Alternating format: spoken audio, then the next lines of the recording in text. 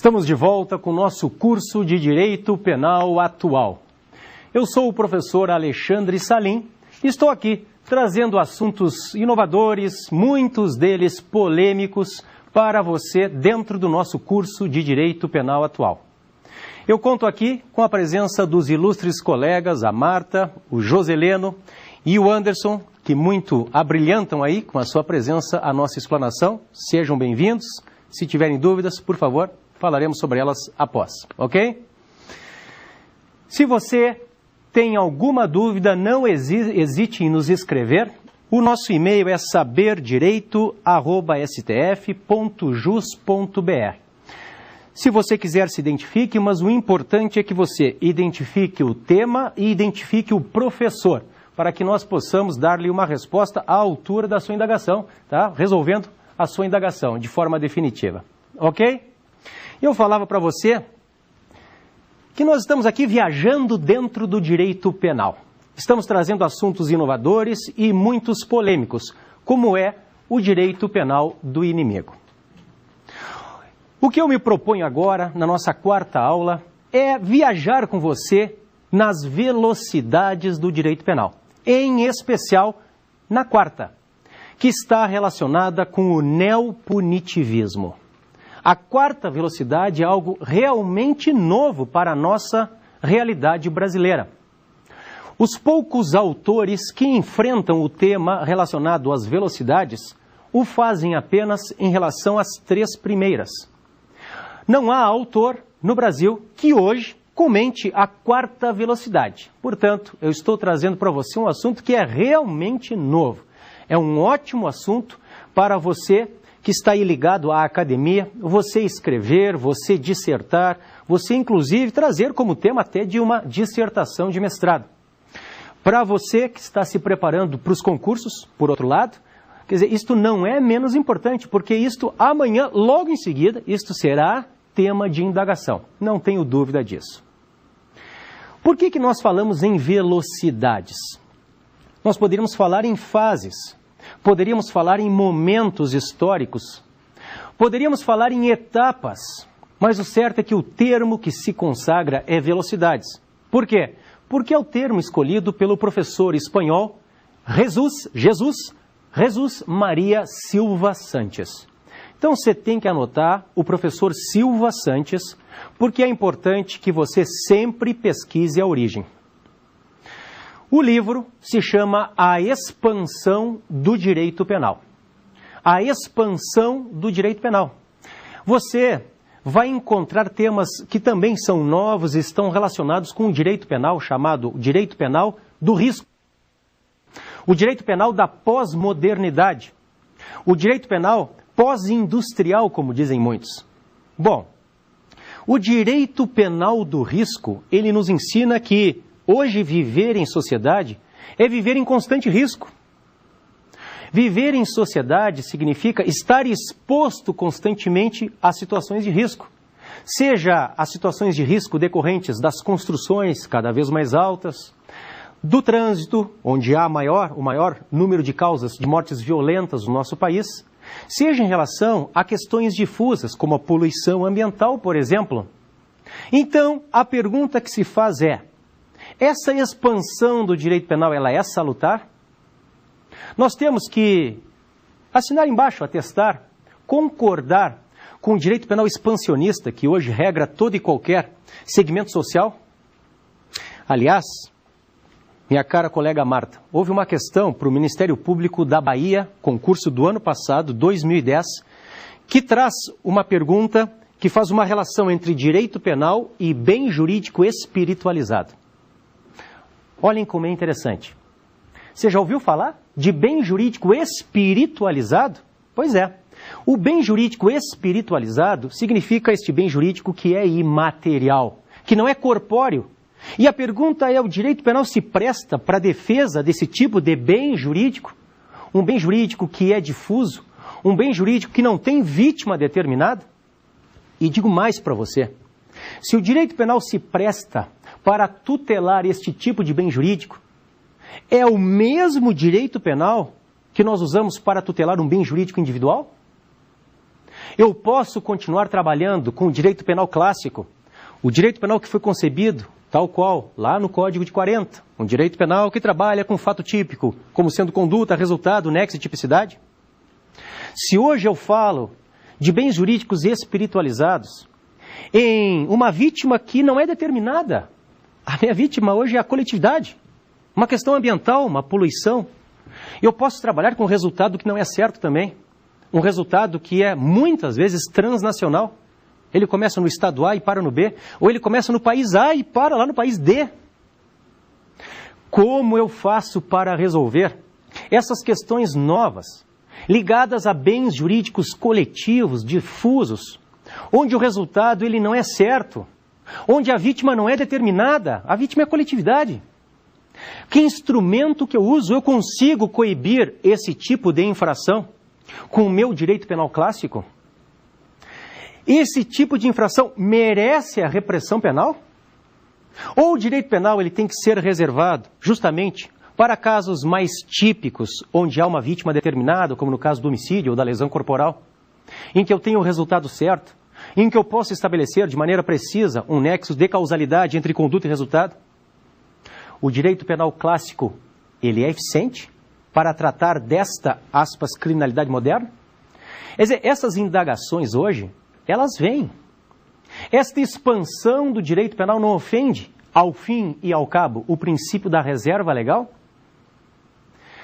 Nós poderíamos falar em fases, em momentos históricos, em etapas, mas se consagra a expressão velocidade. Entenda como fase. A primeira velocidade do direito penal, anote aí, ela está caracterizada por, são sempre duas características em relação a cada uma das três primeiras velocidades. Então, primeira velocidade do direito penal, primeira característica. Coloquem pena de prisão por excelência. A pena privativa de liberdade, a pena de prisão, ou como dizem alguns, a pena corporal. Eu não gosto da expressão pena corporal, porque isto remonta a uma época em que se marcava com ferro em brasa o corpo da pessoa. O correto é dizer pena prisional. A pena prisional é a primeira característica. Segunda característica da primeira velocidade. Coloque aí. Respeito às garantias constitucionais. Respeito, portanto, aos preceitos iluministas, como diz o professor Luiz de Ferraioli, o pai do garantismo penal. Ok? Nós temos a pena de prisão, mais o respeito às garantias constitucionais.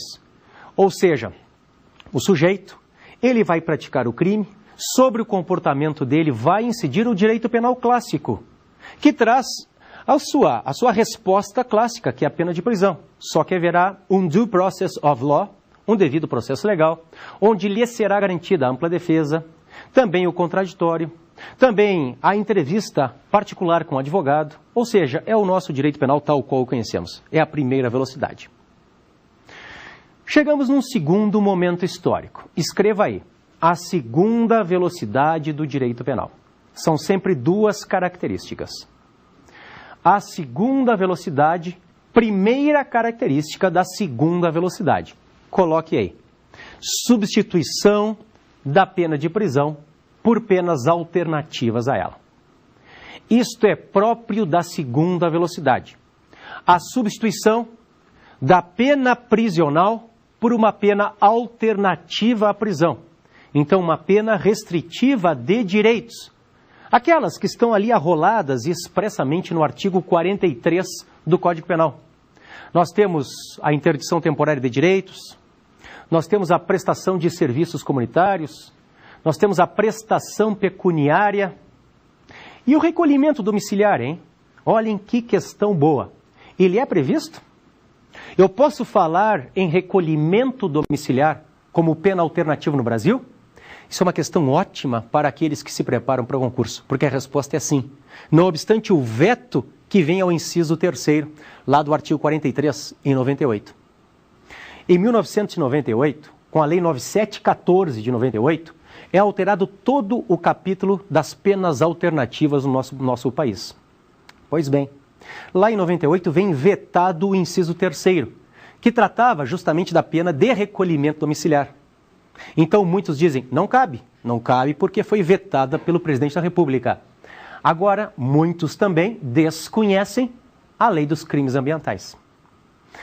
A lei 9.605 de 98, repito, 9.605 de 98, a lei dos crimes ambientais, ela prevê, tanto no artigo 8º, inciso 5º, quanto no artigo 13 da lei dos crimes ambientais, a pena da alternativa de recolhimento domiciliar. Veja só como é interessante. Não obstante o veto que vem em 98, com a lei 9714, a lei dos crimes ambientais, ela já previa e continua prevendo, ela é de 98 também, um pouquinho antes, 9.605, ok? A pena de recolhimento domiciliar. Esta é a primeira característica. Então, você tem que anotar aí, a substituição da pena de prisão por uma pena alternativa à prisão. Estamos na segunda velocidade, hein? Coloque a segunda característica da segunda velocidade. Segunda característica da segunda velocidade é a relativização das garantias penais e processuais penais.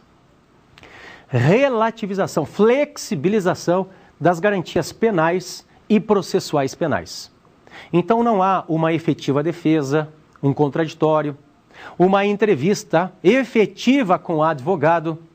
Isto é próprio de um segundo momento que surge no direito penal. Ou seja, uma pena de prisão que é substituída por uma pena alternativa, a pena alternativa mais uma relativização das garantias constitucionais. Isto significa segunda velocidade dentro do direito penal.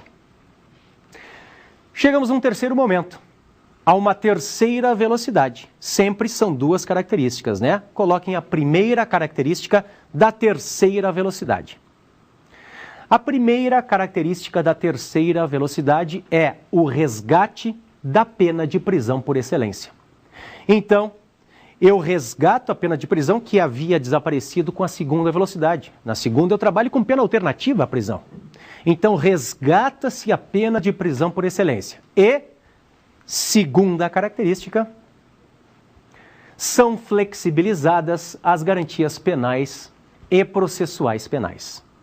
São relativizadas as garantias penais e processuais penais. Você está vendo? Nós estamos aqui diante de uma terceira velocidade que acaba agregando uma partezinha da primeira com uma partezinha da segunda. A terceira significa eu pegar a pena de prisão da primeira e a relativização das garantias da segunda. Isto vira a terceira velocidade. O que eu quero é que você anote que a terceira velocidade ela está ligada ao direito penal do inimigo. Foi a pergunta que você fez, meu caro colega. O direito penal do inimigo, a terceira velocidade do direito penal. Eu quero que você coloque também a expressão panpenalismo. É muito utilizada na academia. A expressão panpenalismo, um direito penal total, um direito penal que intervém em todo e qualquer segmento social, um direito penal que trata da questão financeira, que trata da questão ambiental, que trata da questão do consumidor. Será que realmente há interesse da sociedade em ter um penal interventor como é hoje? Esta é a questão que se impõe. Isto é próprio de um direito penal intervencionista, de uma expansão do direito penal. Olhem o nome do livro aí, do professor Silva Sanches. A terceira velocidade, portanto, ela está relacionada ao direito penal do inimigo. Você tem que lembrar. A expressão expansão do direito penal, a expressão direito penal de emergência ou de urgência, ela é muito citada na academia. O direito penal de emergência ou de urgência, porque ele vige em situações excepcionais. Você tem que lembrar que a guerra, como eu disse, é a falência do direito. Onde a guerra não é direito. O direito não deu certo onde foi instituída a guerra. Portanto, em situações excepcionais, um direito excepcional. Ok? O direito penal do inimigo é um direito de exceção, de emergência, de urgência, ligado à terceira velocidade do direito penal. Vamos à novidade? Eu quero que você coloque a quarta velocidade, que não é citada nem no livro do próprio professor Silva Sanches. A quarta velocidade do direito penal. Esse termo quarta velocidade, ele surge na Itália, ele hoje é muito comentado na Espanha, é muito comentado também pelos discípulos do professor Zaffaroni na UBA, a Universidade de Buenos Aires. O professor Daniel Pastor, por exemplo. A quarta velocidade, ela nos fala do seguinte: ela nos fala daqueles que uma vez ostentaram a posição de chefes de Estado. Uma vez. Ostentaram lá no passado, o passado pode ser remoto ou não, a posição de chefes de Estado. E como tais, violaram gravemente tratados internacionais de tutela de direitos humanos. É isso que nós temos que lembrar. A quarta velocidade está ligada ao direito penal internacional. Você tem que pensar naquele que já ostentou a posição de chefe de Estado. E como tal, como chefe do Estado, pense no ditador lá do país árabe, pense no ditador do país africano. Como tal, ele acabou violando gravemente tratados internacionais que protegem direitos humanos. Por que eu falo em quarta velocidade? Porque este réu hoje está lá sentado no banco dos réus do TPI, do Tribunal Penal Internacional. E ele terá restritas, ele terá diminuídas as suas garantias relativas à defesa. Este réu, que uma vez foi chefe do Estado e como tal violou gravemente tratados internacionais que tutelam direitos humanos, ele hoje, como réu, repito, como acusado, ele terá uma diminuição nas suas garantias penais e processuais penais. Isso é muito interessante, porque as organizações não governamentais que estão ligadas a direitos humanos, elas sempre gritaram, elas sempre bateram pelo respeito aos direitos humanos de todo e qualquer tipo de réu. Mas agora são as primeiras a sustentarem a diminuição das garantias para esse tipo de réu. É muito interessante isso aí, é quase uma contradição, né? É um trabalho, é uma matéria muito boa, fecunda para uma dissertação acadêmica. Eu tenho uma ONG, eu tenho uma ONG, que sempre bateu dizendo, olha, terceira velocidade, direito para o inimigo, TPI, isso é um absurdo, isso aí restringe os direitos de defesa. Agora, se o assunto é aquele que violou tratados internacionais lá atrás de direitos humanos, eu, ONG, ligado a uma instituição não governamental, eu quero a restrição daquelas garantias, ok? Eu quero a restrição das garantias. Você está vendo? Isso é trabalhar com direito penal do autor também. Então depende da posição do réu, depende do réu. Alguns eu acho que tem que ter respeitado os direitos humanos, outros não, né? Isso é muito interessante. A quarta velocidade, ela está ligada, portanto, àqueles que violam gravemente direitos humanos, tratados internacionais que tutelam direitos humanos. Esta quarta velocidade, ela hoje vem representada principalmente pelo Tribunal Penal Internacional. Eu quero falar para você um pouquinho sobre o TPI, sobre o Tribunal Penal Internacional. O TPI, ele vem criado por um tratado internacional que se chama, anote aí, Estatuto de Roma. Ele tem este apelido, Estatuto de Roma. Por quê? Porque foi criado em Roma, lá em 1998. Houve uma convenção dos plenipotenciários, os países da ONU plenipotenciários, com plenos poderes a respeito das suas soberanias, das suas jurisdições, que acabaram se reunindo, repito, em Roma, e decidindo, deliberando pela criação de um tribunal penal internacional para julgar determinados crimes, os chamados crimes de lesa humanidade. Eu já falo para você quais são eles. O Estatuto de Roma, ele acabou prevendo lá em 98 que ele só passaria a viger depois que 60 países ratificassem o tratado internacional. E isso, mesmo assim, a partir do primeiro dia útil, passados 60 dias da assinatura de número 60. Não é complicado, veja bem. Depois da assinatura de número 60, passaram-se 60 dias, no primeiro dia do mês seguinte, nós temos a instituição, a vigência plena do Estatuto de Roma. Portanto, cuidem, porque vige aí retroatividade aqui, você tem que cuidar disso. Não obstante, o TPI tenha sido instituído em 98, ele passa a viger só em 2002. Só em 2002 é que nós conseguimos as 60 assinaturas. Passam-se 60 dias da assinatura de número 60, no primeiro dia do mês, que acontece que cai no dia 1º de julho de 2002, nós temos a plena vigência do Estatuto de Roma, que é o que cria o TPI. No Brasil, você tem que anotar o decreto 4388. É muito importante que você anote. O decreto 4388 de 2002. Ele é de setembro. Portanto, nós temos que respeitar a irretroatividade também no nosso país. No nosso país, a partir desta data para a frente, nós podemos falar em punição a partir desta data, em punição de acordo com os preceitos que estão ali no Estatuto de Roma. O Tribunal Penal Internacional, ele tem sede em Haia, na Holanda. Só que, segundo o texto do próprio Estatuto de Roma, ele pode funcionar em qualquer lugar do mundo, tá? Em qualquer estado. A sede física é em Haia, na Holanda, ok? Mas não impede que haja o funcionamento em qualquer lugar do mundo. Isso é uma questão fantástica, tá, pessoal? Porque eu hoje, fazendo doutorado na Itália, eu vejo que há um tribunal supremo aos tribunais supremos daqueles países.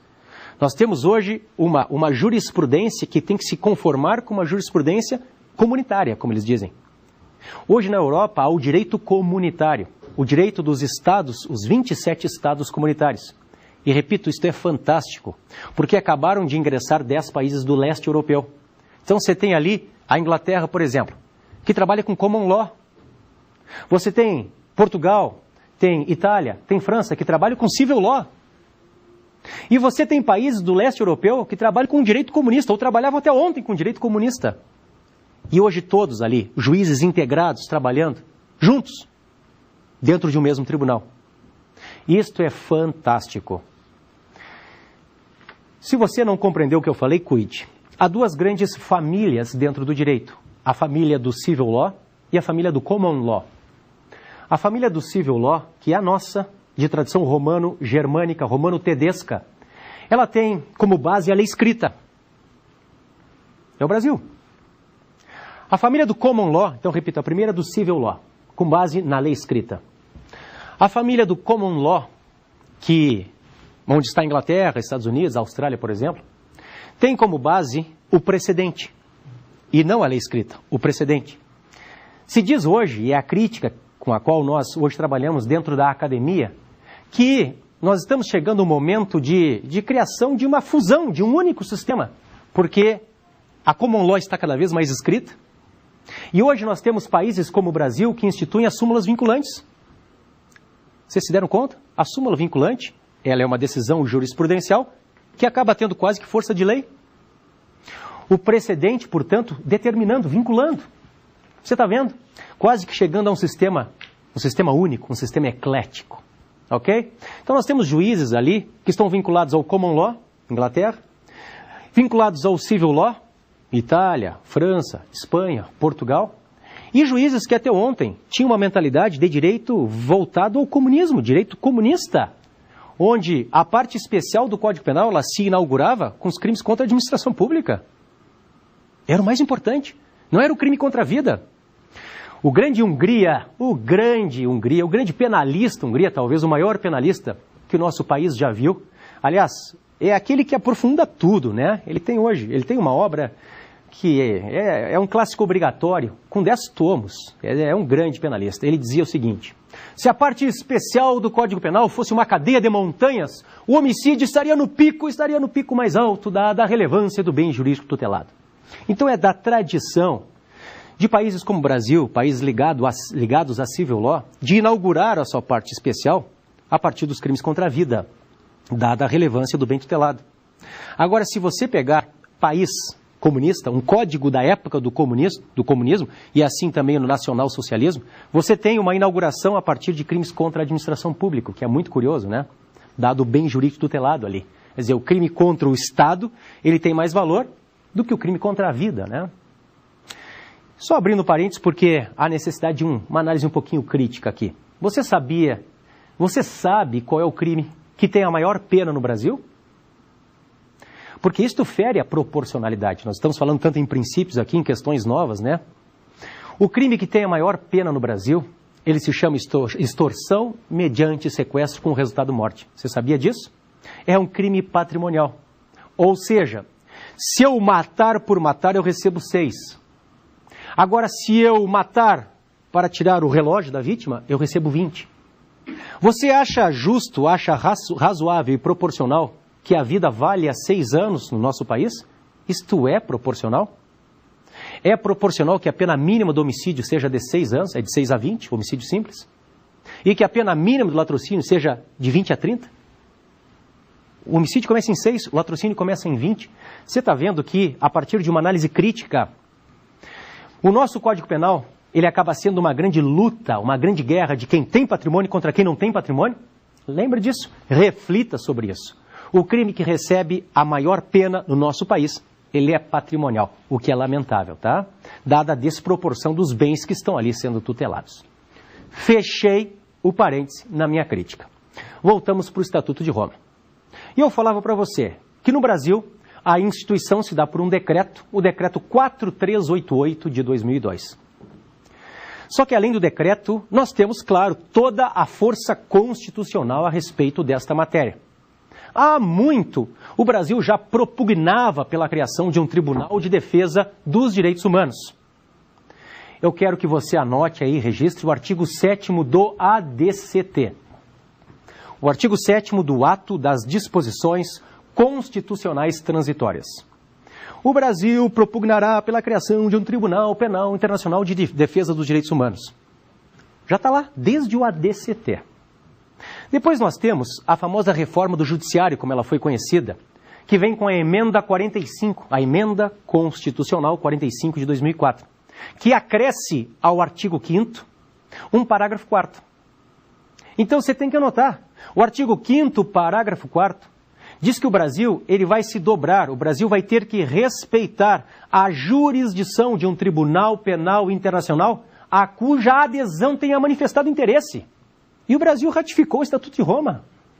Portanto, por força constitucional, repito, artigo 5º, parágrafo 4º, o Brasil deve respeitar a jurisdição de um Tribunal Penal Internacional a cuja adesão ele tenha manifestado interesse. Muito que bem. Agora, o que julga esse TPI, hein? Esse tal de TPI, esse Tribunal Penal Internacional, ele serve para quê? Ele julga furto também? Ele julga roubo? É claro que não. Ele julga, repito, anotem agora a competência material do TPI. Ele julga os crimes de lesa humanidade. São 4 os crimes de lesa humanidade, eu falarei sobre cada um deles a você. Antes disso, eu faço aqui uma observação e peço a sua atenção, principalmente você que está se preparando para o concurso público. Por quê? Porque há uma brecha no Estatuto de Roma que ninguém sabe e ninguém lê. Você tem que cuidar. Coloque aí, é o artigo 70 do Estatuto de Roma. Porque se perguntarem para você num concurso público quais são os crimes julgados pelo TPI, você vai dizer os 4 que eu citarei agora, os crimes de lesa humanidade. Mas pode ser que você não tenha lido o artigo 70. Porque o TPI também vai julgar, também terá o exercício da sua jurisdição sobre os crimes que afetam, os crimes praticados contra a administração da sua justiça. Ok?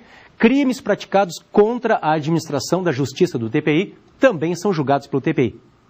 Portanto, durante um depoimento, uma testemunha prestou um falso testemunho.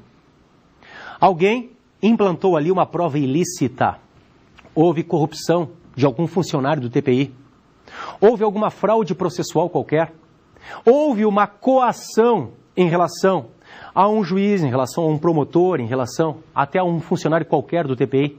Os crimes contra a administração da sua justiça também são por ele julgados. Ele, TPI. Você tem que cuidar. Então coloque em exceção artigo 70.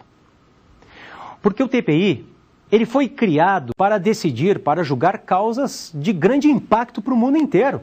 Os chamados crimes de lesa humanidade. Não para coisa pequena.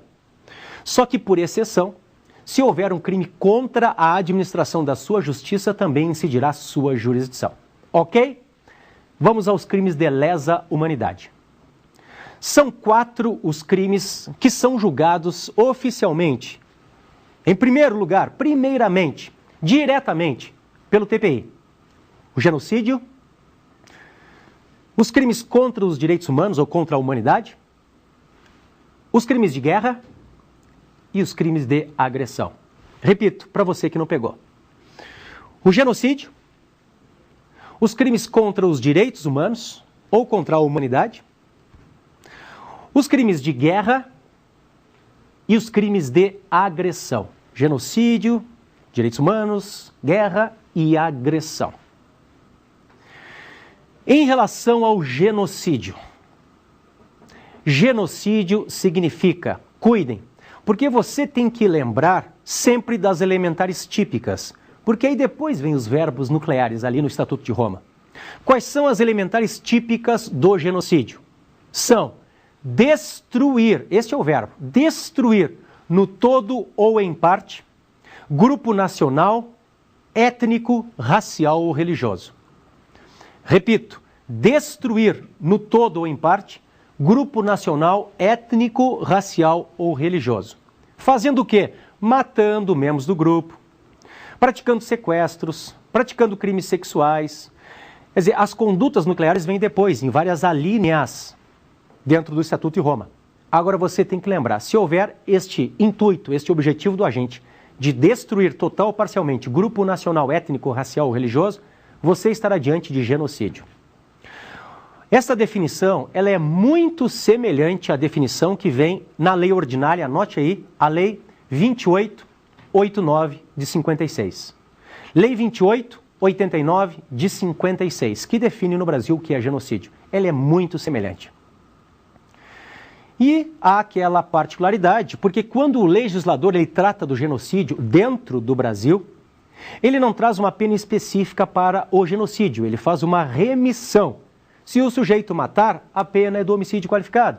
Se ele sequestrar, a pena é do sequestro e cárcere privado, artigo 148 e assim por diante. Portanto, nós temos ali uma norma penal em branco ao avesso, invertida ou ao revés. Professor Anderson, é a sua pergunta, ok? Não esqueça que o genocídio é crime hediondo, assim previsto pela lei dos crimes hediondos, a lei 8.072 de 90, no seu artigo 1º, parágrafo, ok? Na sua forma consumada ou tentada. É o primeiro crime de lesa humanidade. O segundo crime de lesa humanidade, anote aí, é o crime contra a humanidade ou contra os direitos humanos. O crime contra a humanidade ou contra os direitos humanos diz o seguinte: é um ataque sistemático ou generalizado contra a população civil. Esta é a definição do Estatuto de Roma. Repito, um ataque sistemático ou generalizado contra a população civil. Um ataque sistemático ou generalizado contra a população civil. Fazendo o quê? Matando, sequestrando, praticando estupros, etc. Depois nós temos as alíneas, os verbos nucleares. Tá? Você tem que lembrar das elementares típicas. Esse é o segundo crime de lesa humanidade. O terceiro crime de lesa humanidade, coloque aí, ele é o crime de guerra. São os crimes de guerra. Crimes de guerra. Coloquem que os crimes de guerra são violações graves à Convenção de Genebra de 49. Violações graves à Convenção de Genebra de 49, que trata da guerra. Violações graves à Convenção de Genebra de 49. E depois nós temos de novo os verbos nucleares, até causas ambientais, uso de armas químicas, etc. Isso aí tudo configura crime de guerra. Nós temos depois que ler os verbos nucleares. E, por fim, vem uma grande novidade também, que diz com os crimes de agressão. São a quarta espécie de crimes de lesa humanidade. Portanto, anote aí, os crimes de agressão. Primeiro foi genocídio, depois vieram os crimes contra a humanidade ou contra os direitos humanos, em terceiro lugar os crimes de guerra e agora em quarto o crime de agressão. Por que eu digo que é uma das grandes novidades também? Porque, pessoal, os crimes de agressão ficaram uma década em discussão. Se você ler o Estatuto de Roma, até junho de 2010, você verá ali, não há definição. A definição para crime de agressão, ela virá a partir de uma revisão, uma assembleia que irá revisar o Estatuto de Roma. Pois esta Assembleia aconteceu ano passado. Isto é fantástico para quem, como eu, gosta desta matéria dos crimes penais internacionais, ok?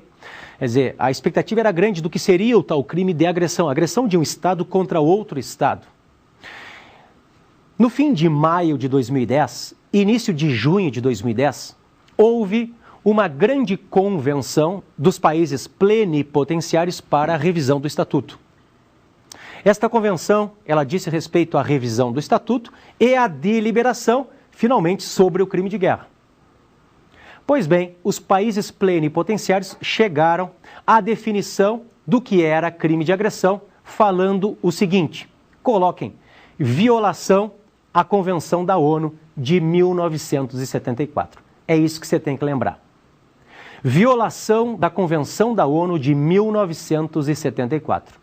Ou seja, nós temos ali o dar início, o executar, o planejar, o iniciar ação de índole militar ou política de um Estado contra outro Estado, praticando agressões que violem gravemente a Carta da ONU de 74.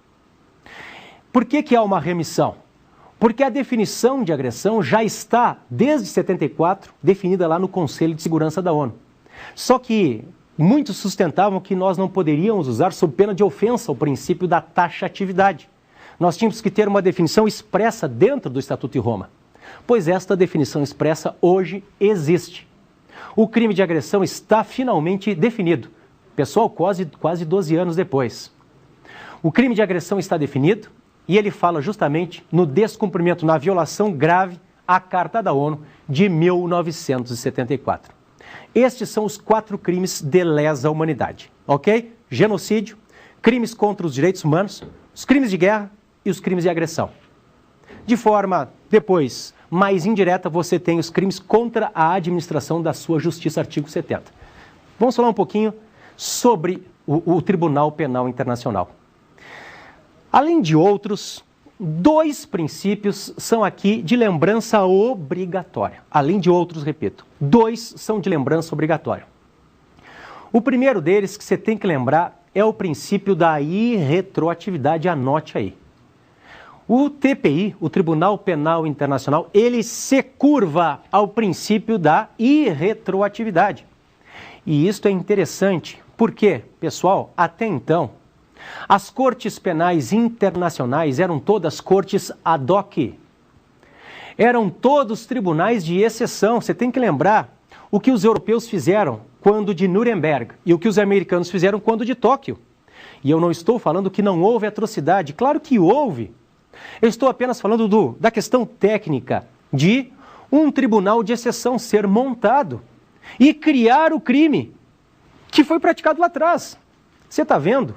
Quer dizer, aquele alemão que praticou a atrocidade e que merecia ser punido, ele tecnicamente foi punido por um crime criado depois da prática do fato. O que nos diz, dentro da reserva legal, a lex prévia? Necessidade de lei anterior ao fato que se quer punir. Necessidade de lei anterior ao fato que se quer punir. Isto é respeitar a anterioridade. Pois bem, a Carta de Nuremberg, ela criou o crime depois do fato, formalmente. Não havia até então o que era crime contra os direitos humanos. Foram criados, repito, na Carta de Nuremberg e também na Carta de Tóquio, que institui o Tribunal de Exceção lá em Tóquio para julgamento pelos americanos dos japoneses. Tá? Este é o primeiro princípio. Então, nós só podemos falar em julgar alguém a partir do Estatuto de Roma por um crime penal internacional a partir do dia 1º de julho de 2002. A data em que passa a viger o Estatuto de Roma. E no Brasil a partir de setembro, por causa do decreto 4388. Esse é o primeiro princípio. O segundo princípio que eu quero que você anote aí é o princípio da complementariedade. Princípio da complementariedade. Da complementariedade. O princípio da complementariedade nos diz que a jurisdição do TPI é complementar à jurisdição dos Estados-membros. Olhem como é importante isto. A jurisdição do Tribunal Penal Internacional é subsidiária, é complementar às jurisdições nacionais dos Estados-membros. Você está vendo? Portanto, se o Brasil, por exemplo, disser, TPI, eu vou julgar, o TPI não pode julgar. Ele é complementar, é só no caso de omissão. Só há uma exceção. Quando? Quando fabricarem um processo para absolverem alguém. Então você pensa, lá na Líbia, então o Gaddafi, ele acaba determinando o judiciário, porque ele manda, ele é o ditador, não é só o dono do executivo, ele é o dono do legislativo e do judiciário também. Ele é o cara lá. Ele representa todos os três poderes. O Gaddafi determina a fabricação de um processo no qual ele vem absolvido. Ele já determina a instauração e o resultado do processo. Bom, aí nesse caso em que há uma fraude, há um fiasco processual, claro, o TPI ele vai agir. E isto não será considerado bis in idem. Ok? Lembre, portanto, do princípio da complementariedade. Eu quero também que você lembre que o TPI, ele só julga pessoas físicas maiores de 18 anos. Isso é muito importante. Estado, ou seja, Estado-membro, nação, país, não é julgado pelo TPI. O TPI só julga a pessoa física maior de 18 anos. Menores de 18 anos não são julgados pelo TPI. E nem pessoas jurídicas de direito público. Pessoas jurídicas de direito público são julgadas perante outros tribunais internacionais, mas não perante o TPI. O TPI só julga a pessoa física maior de 18 anos. A sede do TPI, como eu disse a você, ela fica em Haia, na Holanda. Não obstante, o tribunal possa funcionar fora da Holanda, claro, em qualquer país. Como se dá a composição do tribunal? Hoje são 18 juízes, senhores. 18 juízes que fazem parte do TPI. Há, inclusive, uma brasileira lá, a doutora Silvia Steiner. Não há concurso para ser juiz do TPI. Não existe isso. É mandato, é uma indicação política. Você coloque aí, por favor, que é um mandato de 9 anos vedada a recondução. Um mandato de 9 anos vedada a recondução. São mandatos, indicações políticas de 9 anos. Eu repito, são 18 juízes. 6 juízes para a investigação, ou seja, para a fase preliminar, a fase pré-processual. 6 juízes para o processo, para a fase processual e, em caso de recurso, 6 juízes para o segundo grau. 6 para a investigação, 6 para o processo e 6 para o segundo grau, se houver recurso, ok? Nós estamos em vias aí de aprovação de um novo Código de Processo Penal. É mais ou menos o que já existe na Europa há muitos anos. A criação do famoso juiz das garantias ou de garantias. O juiz de instrução, como dizem muitos lá na Europa. Existe o juiz de instrução e o juiz da instrução. O juiz de instrução trabalha na fase pré-processual, para dar lisura à questão pré-processual. Só que como ele está, aspas, contaminado pelo que ele decidiu na fase policial, ele não pode depois trabalhar na fase processual. É o que se quer criar aqui no Brasil. No Brasil, sob o nome de juiz de garantias, é o que está no código, no projeto de novo Código de Processo Penal. Já existe há muitos anos na Europa, ok? Então, 666 são 18 juízes. O TPI não admite aprovação com reserva, isso é muito importante. Porque os tratados internacionais podem ser aprovados com ou sem reserva. Isto é próprio de uma aprovação, de uma ratificação de um tratado internacional, mas não no TPI. Anote aí o artigo 120 do TPI. Ele não admite aprovação com reserva. Ou se aprova todo o texto, ou não se aprova. Não cabe reserva no Estatuto de Roma, artigo 120 do Estatuto. Não cabe reserva. É claro que nós temos que compatibilizar vários institutos do TPI com a nossa ordem constitucional interna, até com a nossa maturidade jurídico-institucional. Porque, por exemplo, o TPI fala em imprescritibilidade. Você sabe que é próprio dos crimes internacionais que sejam imprescritíveis, né? Quer dizer, você imagina se os crimes praticados pelos nazistas pudessem prescrever? Seria um absurdo. Então é próprio, repito, de crime internacional falar em imprescritibilidade. Bom, Como é que eu resolvo isto com a minha Constituição, que diz que só são imprescritíveis, me ajudem, racismo e ação de grupos armados, civis ou militares contra a ordem constitucional e Estado democrático? Só são dois, o racismo e a ação de grupos armados, civis ou militares contra a ordem constitucional e Estado democrático. Só esses dois. Como é que eu concilio isto com a minha Constituição?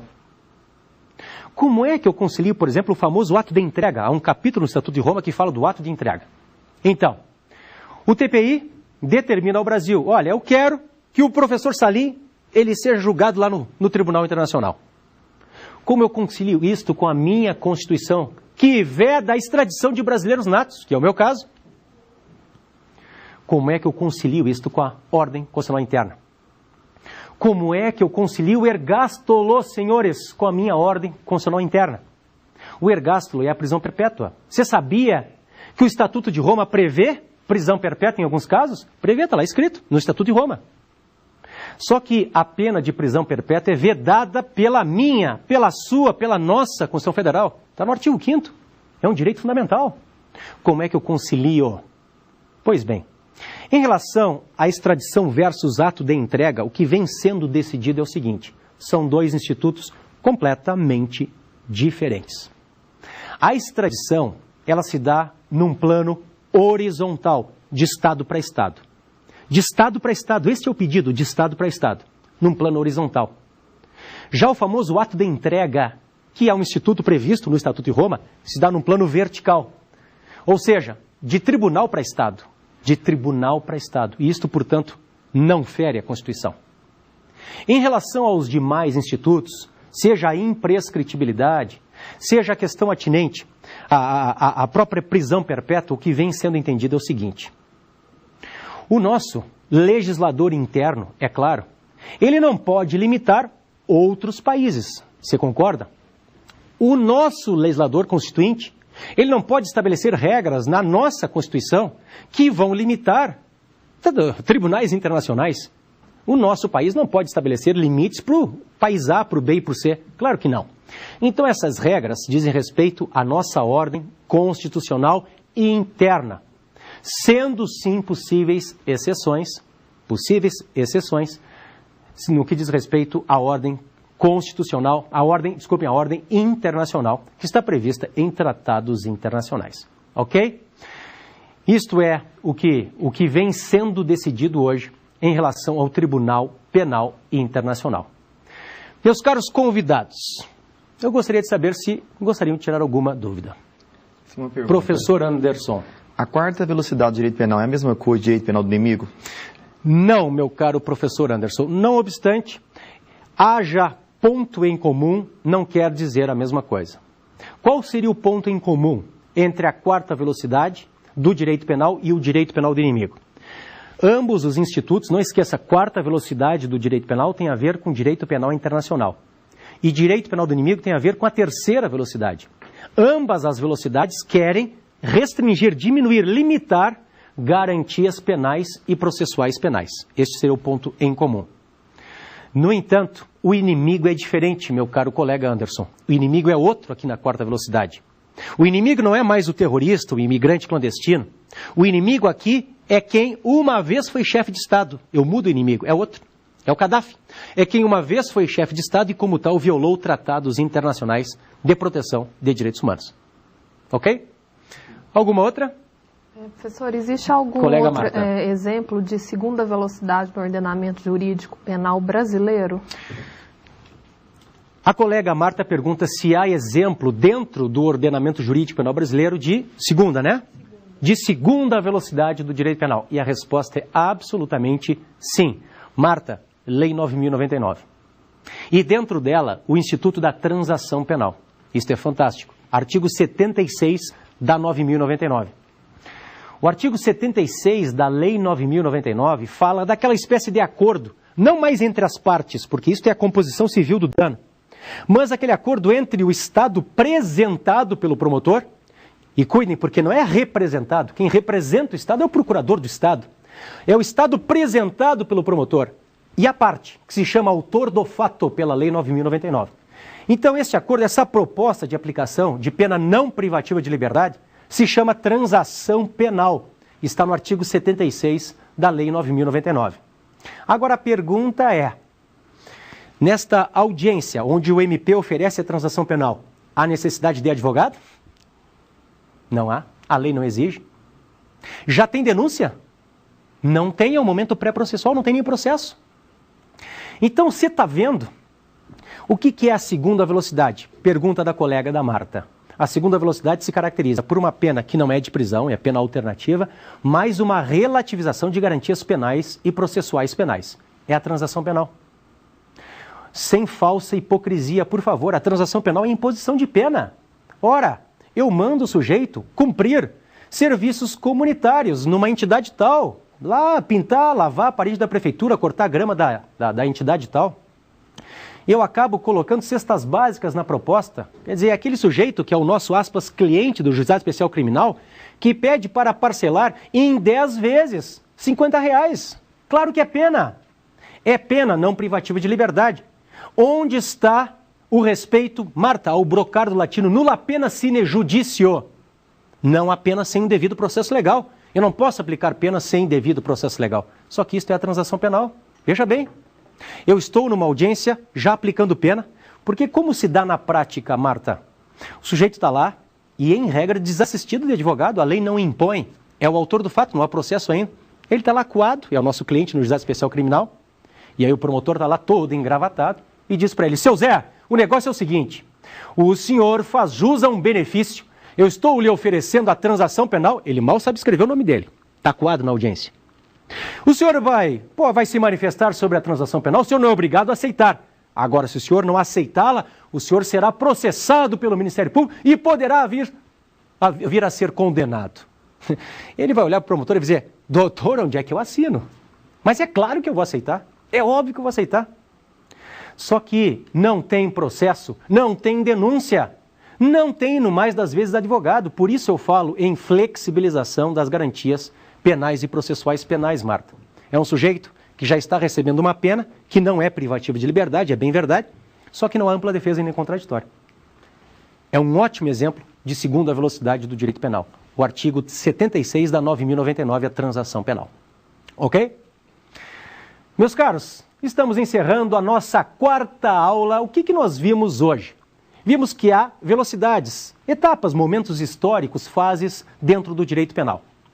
Uma primeira velocidade que tem como características pena de prisão, mais respeito às garantias constitucionais. Uma segunda velocidade que tem como características a pena alternativa à prisão e mais flexibilização das garantias penais e processuais.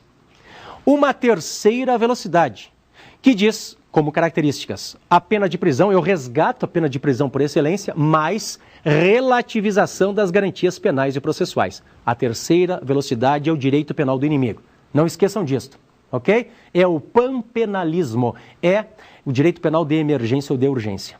E chegamos na quarta. A quarta velocidade trabalha com direito penal internacional. Ou seja, nós temos aqui como inimigo, não mais o terrorista, o inimigo é aquele que uma vez foi chefe de Estado. E como tal, ele viola gravemente tratados internacionais que tutelam direitos humanos. Ok? Ele será levado ao banco dos réus no TPI, no Tribunal Penal Internacional. E terá restringidas as suas garantias penais e processuais penais. Ok?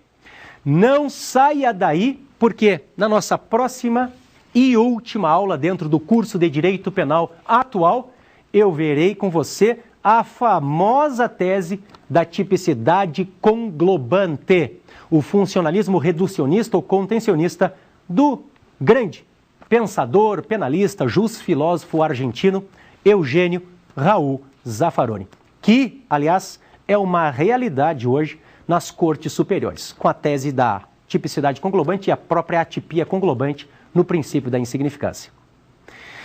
Se você ficou com dúvida, nos escreva. Mande o seu e-mail para saberdireito@stf.jus.br. Não esqueça de colocar o nome do professor e o tema, tá? Que aí fica mais claro para que nós possamos responder a sua indagação. Não esqueça também que a aula estará disponível para você no YouTube, www.youtube.com/saberdireitoaula. Te aguardo na próxima. Um abraço. Tchau!